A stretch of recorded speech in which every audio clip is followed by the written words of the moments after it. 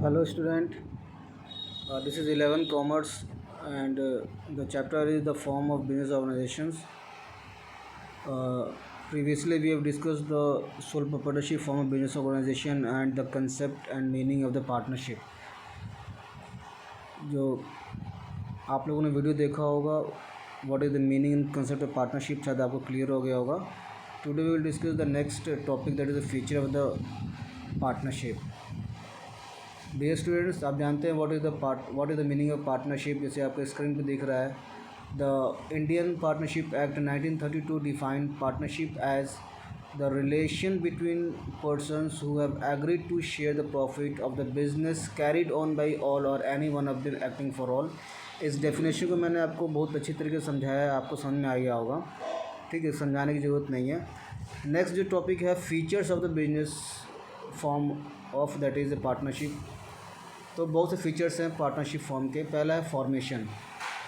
हम लोगों ने पढ़ा जो सोल प्रोप्राइटरशिप है उसके अंदर कोई भी लीगल फॉर्मेलिटीज़ की रिक्वायरमेंट या फिर मिनिमम लीगल फॉर्मेलिटीज़ की रिक्वायरमेंट होती है फॉर्म करने का सोल प्रोप्राइटरशिप. और वो सोल प्रोप्राइटरशिप जो किसी लॉ से गवर्न नहीं होता है.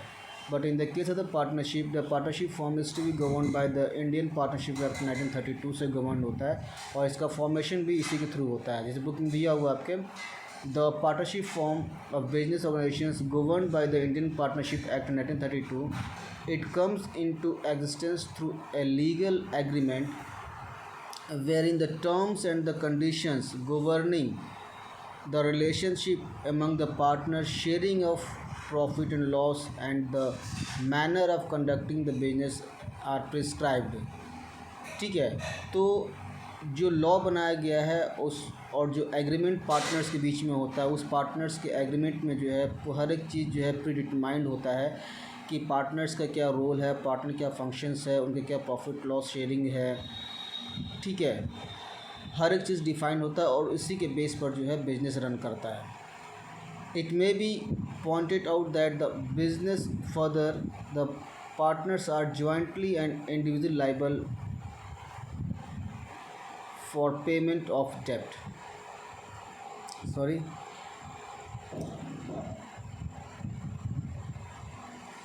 and losses, and the manner of conducting the business are specified.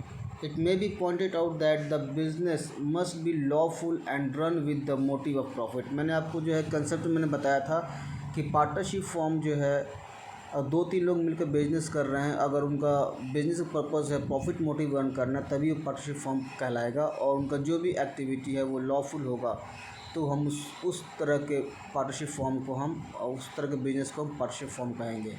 दस two people coming together for charitable purpose will not constitute a partnership. मैंने आपको एक्सप्लेन भी किया था मीनिंग के अंदर कि अगर दो या दो से अधिक लोग जो है आपस में वर्क कर रहे हैं लेकिन जो उनको प्रॉफिट मेकिंग नहीं है, प्रॉफिट मोटिव नहीं है, चैरिटेबल वर्क है, तो उस तरह के पार्टनरशिप को हम पार्टनरशिप फॉर्म नहीं कहेंगे. This is the first feature of partnership, that is formation.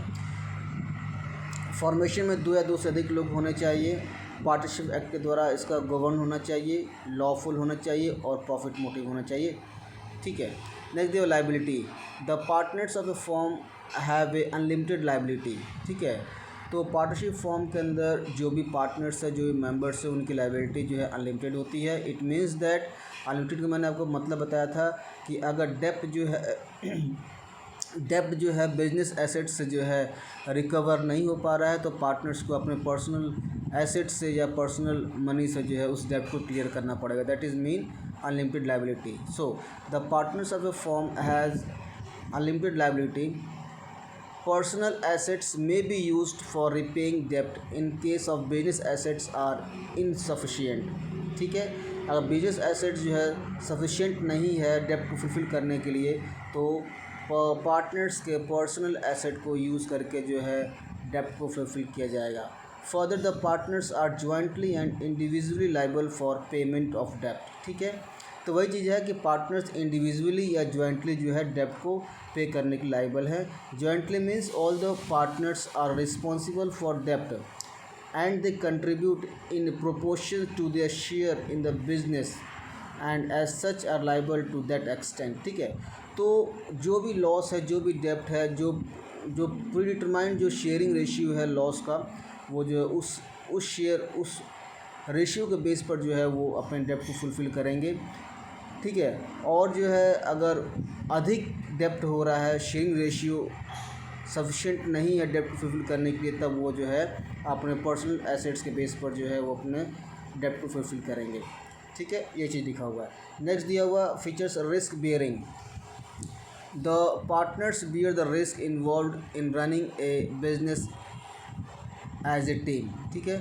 The reward comes in the form of profit which are shared by the partners in the agreed ratio. तो I mean to say that कि जिस ratio में जो profit share करते हैं उसी ratio में जो है वो अपना रिस्क को भी चाहे लॉसेस को भी जो है वो शेयर करते हैं और रिस्क को जो है कंट्रीब्यूट करते हैं, जॉइंटली कंट्रीब्यूट करते हैं। The rewards comes in the form of profit which are shared by the partners in the agreed ratio. However they also share losses in the same ratio in the event of the firm's incurring losses. अगर loss हो रहा है तो उसी ratio में, जिस ratio में जो है प्रॉफिट शेयर करते हैं। और रिस्क जो भी इन्वॉल्व है बिजनेस के अंदर, उस रिस्क को जो है एक टीम की तरह जो है उस रिस्क को शेयर करते हैं। डिसीजन मेकिंग एंड कंट्रोल, जो नेक्स्ट फीचर दिया हुआ है, the partner shares amongst themselves the responsible of decision making and control of the day-to-day activity. Decisions are generally taken with the mutual consent. Thus, the activity of the partnership firm are managed through the joint effort of all the partners, ठीक है। तो decision making and control का मतलब यही है कि देखिए दो या दो से अधिक पार्टनर्स हैं, तो उसके अंदर जो है डिसीजन कौन लेगा, कंट्रोल कौन करेगा, ठीक है। तो उसमें जो है म्यूचुअल कंसेंट होता है, आपसी सहमति ले करके जो है पार्टनर्स डिसीजन लेते हैं और अपने बिजनेस को जो है डेली वर्क को कंट्रोल करते हैं। The activity of the partnership firm are managed through the joint effort of all the partners, ठीक है। तो जॉइंट एफर्ट कब रहेगा, जब जब जब हर एक पार्टनर्स का म्यूचुअल कंसेंट रहेगा, तभी जो है अपने फर्म को जो है कंट्रोल करेंगे और वो जो है डिसीजन मेकिंग करेंगे। मतलब कि जो कोई भी काम करने से पहले या कुछ भी करने से पहले जो है हर एक पार्टनर्स का म्यूचुअल कंसेंट बहुत ज़रूरी है। नेक्स्ट दिया कंटिन्यूटी। देखिए पार्टनरशिप फॉर्म में भी जो है कंटिन्यूटी की कमी है, जैसे दिया हुआ partnership is characterized by lack of continuity of the business since the death, retirement, insolvency और इंसैनिटी ऑफ एनी पार्टनर्स, ठीक है। जैसे हम लोगों ने शुल्क पार्टनरशिप हम लोगों को पता था कि शुल्क पार्टनरशिप और बिजनेस दोनों अलग अलग नहीं हैं।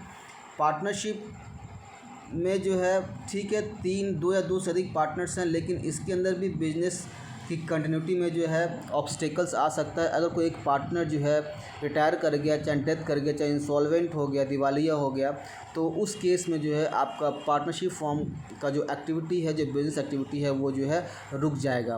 क्यों? क्योंकि अगर कोई एक पार्टनर्स अगर जो रिटायर हो रहा है, चाहे डेथ हो रहा है, सपोज़ कर लीजिए 3 पार्टनर्स हैं और एक पार्टनर्स रिटायर हो रहा है, तो दोबारा से जो है एग्रीमेंट बनेगा, जो रिमेनिंग 2 पार्टनर्स उनके बीच में एग्रीमेंट बनेगा अगर चाहेंगे तो, ठीक है। तो जब तक एग्रीमेंट नहीं बनेगा, जब तक जो है नया एग्रीमेंट नहीं बने, तब तक जो है कोई भी वर्क उसके अंदर पॉसिबल नहीं है। तो उस समय के लिए जो है पार्टनरशिप फॉर्म का जो एक्टिविटी जो है, बिजनेस एक्टिविटी जो है वो रुक जाएगा। इसीलिए यहाँ पर भी जो है लैक ऑफ कंटिन्यूटी है। तो नया जब नया एग्रीमेंट बनेगा तभी जो है बिजनेस जो है रन करेगा, वही बता रहा है lack of continuity. So students 5 point हम लोग डिस्कस किए हैं और बाकी के जो पॉइंट्स हम लोग जो है डिस्कस करेंगे। Number of partners and the mutual agencies, ठीक है।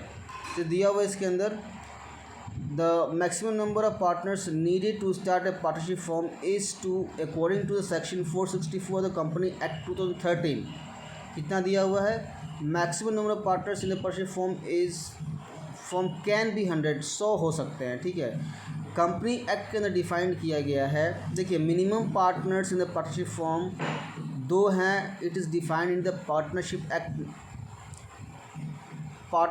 में डिफाइन किया गया। लेकिन जो मैक्सिमम पार्टनर्स जो हैं पार्टनरशिप फॉर्म के, वो जो है पार्टनरशिप एक्ट में ना डिफाइन करके कंपनी एक्ट 2013 में डिफाइन किया गया है सेक्शन 464 के अंदर, और वो 100 हो सकते हैं subject to the number prescribed by the government, ठीक है। As per rule of 10 of the companies rule 2014 at present the maximum number of member can be 50, ठीक है। मतलब 50 हैं और ये जो है as per the prescribed by the government ये 100 भी हो सकते हैं नंबर ऑफ़ पार्टनर्स।